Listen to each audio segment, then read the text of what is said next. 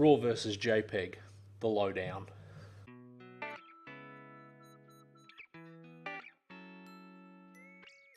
By saying that a lot of pro photographers will say that they only shoot in RAW. Yes, that can be an advantage, as we'll discuss later on in the video, but I am of the general opinion that you don't necessarily need to be shooting in RAW all of the time. We'll discuss the differences between RAW and JPEG, and I'll give you some examples of when, as I said, I think it's appropriate to shoot in RAW and to shoot in JPEG. Let's start with the differences. What's a RAW file and what's a JPEG file? So a RAW file is not an image. It's a set of data that's stored on the card. It's a data file, basically. Whereas a JPEG is an image. It's processed by your camera. A JPEG is processed in 8 bits of color, and a RAW is generally processed in 12 to 14 bits of color. A RAW file is saved in a larger file format, so you might find on your camera a RAW is going to come out at about 20 to 25 meg, whereas a JPEG is going to come out at about 6 to 8 meg. So for example, on a hard drive or a memory card, you can store up to about 3 times the amount of JPEG than what you can RAW. A RAW image, when you look at it straight off the camera, a RAW data file when you look at it straight off the camera, is going to look a little flatter in color. It will look not as sharp as a JPEG image straight off the camera. The reason why it looks a little flatter off the camera is because it's not a processed image. It contains like a larger dynamic range, so your options post-processing are greater. If you think about it like film, a RAW image is like when you shot a film, you had a negative. When we shot in film, we had negatives, and you would take that negative into a darkroom and then process it. So the way to think about it is that a RAW file is like your negative, and then the JPEG is like your final product. It's an image ready to print. When you actuate the shutter on your camera, the RAW file is stored, and then if you've got the JPEG setting on your camera set, the camera does the post-processing for you. Just keep the RAW image, you need post-processing software yourself. So you need to do that in, say, Photoshop or Lightroom. And Photoshop or Lightroom are basically like your digital darkroom. The difference between these is that when your camera processes the JPEG image, it compresses the image to get, I guess, the best average settings in the image to output it as a JPEG. And the reason why you've got more control over editing a RAW file than a JPEG file is because it scraps once it's compressed, it scraps all of the unnecessary data.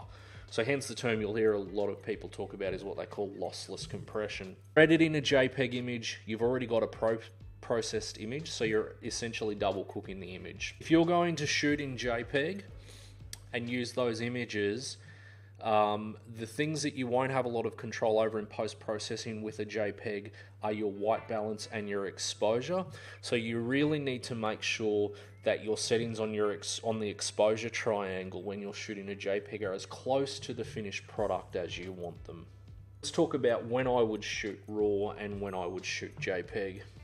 Why did I want to shoot in JPEG?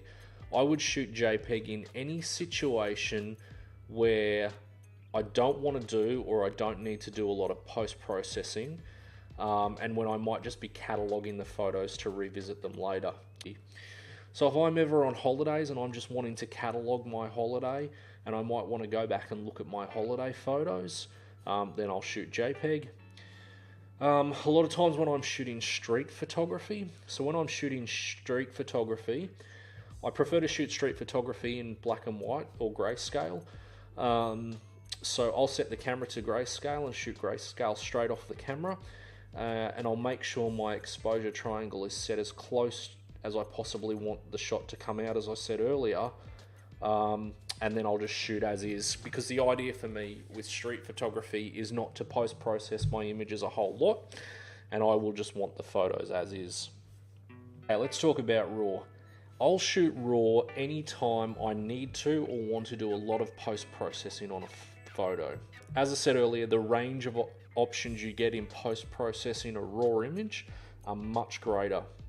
The other thing is, I think it's important to shoot RAW anytime a client is paying you money for a shoot. Now, I don't want to get into the convoluted debate about spray and pray photographers that's going on at the moment. It's a bit of a circular debate, and I personally have my own opinions on that. But if a client is paying you money, they should get the best result possible. And the best results possible are for you to shoot in RAW and put post-processing work into an image. If you're charging a client money and you're relying on the camera to do your processing for you, and you are happy to give that client JPEG images and you think that's good enough, well, I suppose all I'll say is this is why photographers charge so much money. And, you know, we're going to cover all of that in another discussion video. But if you're charging money for a shoot, as I said, you want to get the best possible result. Also, if you're charging money for a shoot and your client wants you to make changes to that image, the easiest way to do that is in a RAW file. As I said, anytime a client's paying me money, so weddings, corporate gigs, engagement shoots. The other time I'll shoot RAW is anytime I want to print a photograph, like a landscape or something like that that I've taken that I want to display in my house.